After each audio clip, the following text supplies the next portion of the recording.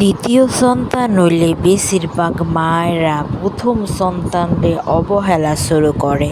সব আদর জানি ছোট জনের লেগে, অথচ সে আদরের কিছুই কিন্তু বোঝে না।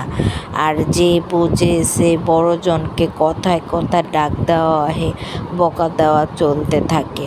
মায়ের বেদন কথা তো বাদই দিলাম, স্বাভাবিকভাবে তার মনে ছোট ছোট বাচ্চাটার প্রতি বিদ্বেষ সৃষ্টি হয়। আপারা ভাইয়েরা, আপনাকে মনের অজান্তে, যেটা কিন্তু আপনারা বলেও জানেন না, ভাবেও না থাকলেই ভালো হইতো। মা আমারে আদর করতো, ভালোবাসতো, অথচ মায়ের রুচিতে এই সময়ে বড়জনকে বেশি কইরা সময় দেওয়া, আদর করা, বড়জনকে বুঝানো তোমার প্রতি আমার ভালোবাসা একটুও কমে নেই, আমি তোমাকে আগের মতোই ভালোবাসি, তুমি আমার বড় সন্তান, এগুলা বইলা তার